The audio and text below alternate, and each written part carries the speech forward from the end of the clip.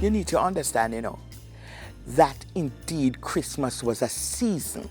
It wasn't just Christmas Day, because as I told you, there was Christmas Eve, not to mention the times leading up, even long before Christmas Eve. Because you see, all 2 weeks before Christmas, the whole family is like it live in anticipation, for when you go to post office. Yes, man. No.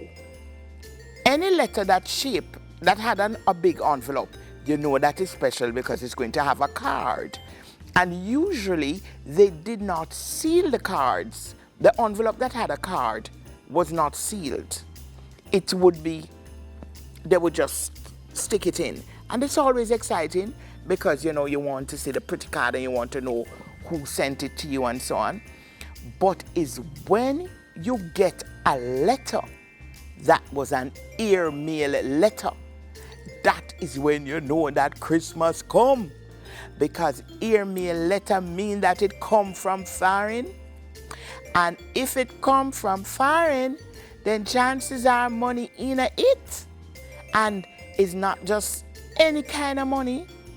It's pounds, English pounds, or American dollar. So listen now. This airmail letter it either comes in an envelope by itself with a letter in it, and the envelope was bordered in blue, red, and white. And the letter was put in there. Of course, on the outside of the letter, on the top right-hand corner, they would have who the letter is from, with their name and address. And of course, in the middle of the envelope, they would have the recipient's name and address. And you can imagine when, as a little girl, you get your own letter. Miss Glynis Salmon, and you little bit and you get your own letter from foreign. That alone is big Christmas.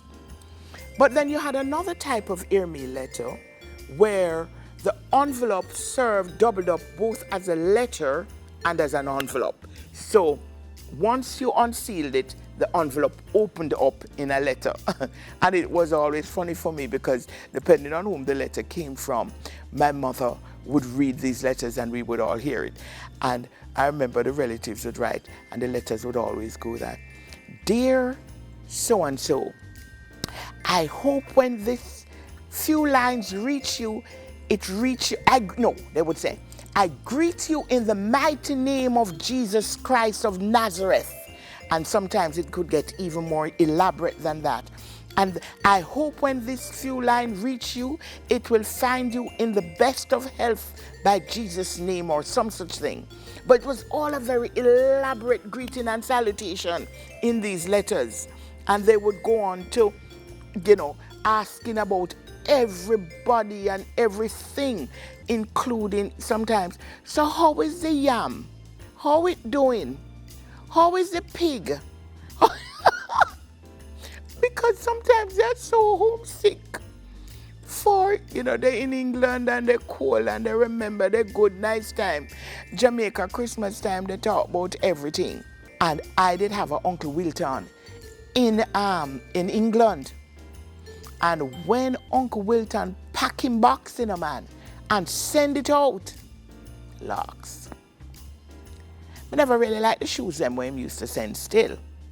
Them never really cut no dash. They were kind of guaranteed to last a lifetime. I mean, I think so that I didn't want no shoes for last no lifetime. But they just want pretty shoes. Anyway, the reason why the parcel was so important, you see, when Boxing Day come, which is the day after Christmas, you see some of the gifts that you got in those parcels, you show off with, because the dolly that you got from foreign was different from the dolly that was available to you locally, that you may have gotten in your stocking or may have gotten bought it at a grand market night or into the local drugstore. That is what we used to call pharmacies back in the day. And in a place like Balaclava, we had Miss O'Mealy drugstore. But when you get A dolly from foreign, let me tell you something. You're really in your aki, you're so happy. But Boxing Day now had a special significance in my home. That is when all of the foods was on full display. The gongo and red peas, rice and peas, all of the pork and the roast beef and the fish and the turkey. Even sometimes we had duck, and I remember if in later years when we didn't do a whole pig, my mother had to make sure that she had the biggest leg of pork that was done. Yes? And all the relatives and friends would come. And this was when you had sorrel and rum punch galore. And my father was a rum punch specialist. I even kind of remember the recipe a little bit because it was repeated so often. Must be like you'd say, 2 parts sweet and 2 parts sour, clearly many parts rum. And it's not just any rum, because we did live near to the Appleton estate, my dear, and they would get the real undiluted estate rum. I think they call it Kulu Kulu, and that would be part of the rum punch. And it was off limits to the children, but yes, you would have some forthright younger one, usually a boy, who would teeth out some of the rum punch on Boxing Day and properly get drunk. And you'd only know that they are drunk when them do something foolish or out of order and somebody say, "What is wrong with that boy?" And when you finally catch him, you smell the rum strong upon him. Yes, man. But back to the feast of Boxing Day. It was one big everlasting feast. And I remember one year, our house almost burnt down because of the turkey. I don't remember the details. But you could have little accidents in the preparation of the food. People get caught and so on, but it was all good because everybody was having such a great time.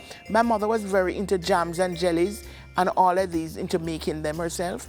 Of course, after the feast, because you don't eat the big everlasting breakfast on Christmas Day, and now the big everlasting dinner that went on and on Boxing Day. So what do you think could have happened to you? Colic. You know a thing called colic? And as a matter of fact, they never just say colic. They would say Marley gripe and fluxy complaint. Hey, no doctor I hear about that. But this is when you eat too much mix up, and usually the pitney them would get sick, and you don't start to, suffer indigestion and all kind of stomach discomfort and so on.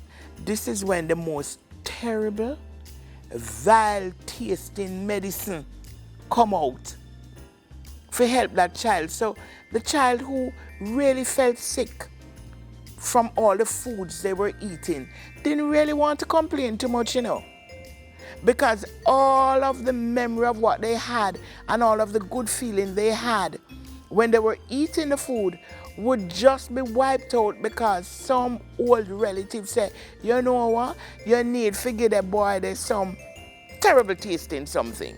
Yes, and spoil up the whole of the Christmas. But I just want to end off Boxing Day by telling you that one of my biggest memories, we made our own entertainment. We made our own entertainment and we had a concert. And all the children, all the little poems and all the little songs that you would learn at school, on Boxing Day, you would recite and you would sing to entertain the older ones, and they would sometimes give you money. And I remember one Christmas, Kachumi was the little one.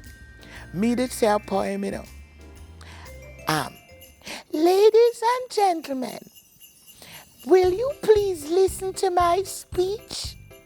There's a spider on that wall, and that's all." The amount of money me get that Christmas, my brother, him not stop. Even though him is a big man, him still have me up, because according to him, after him done perform, him probably just get 1 or 2 pennies. And me just come up with that, the one little poem, and me did have lisp, you know. So you can imagine when I say, and that, there's a spider on that wall, that's all. Me must have it sound extra cute. Him just get a penny or two for him big performance. Me get pounds. Yes, man. Boxing Day was a nice time in every single way.